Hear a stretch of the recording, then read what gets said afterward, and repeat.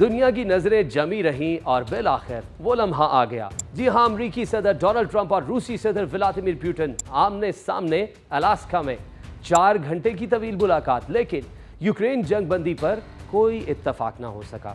صدر پوٹن نے کہا، یوکرینی عوام ہمارے بھائی ہیں، موجودہ صورتحال ایک سانحہ ہے، لیکن دیر پا امن کے لیے اصل وجوہات کو ختم کرنا ضروری ہے۔ پوٹن نے شکوہ کیا کہ اگر 2022 میں ٹرمپ صدر ہوتے تو شاید یہ جنگ کبھی شروع ہی نہ ہوتی۔ دوسری طرف صدر ٹرمپ محتاط لہجے میں روسی ہم منصب کا شکریہ ادا کرتے رہے، کہا بہت سے معاملات پر پیش رفت ضرور ہوئی، لیکن سب سے اہم نقطہ اب بھی متنازع ہے۔ ٹرمپ نے اعتراف کیا یوکرین معاملے پر مکمل سمجھوتا نہیں ہو سکا، اور پھر ایک لمحہ آیا جس نے سب کو چونکا دیا۔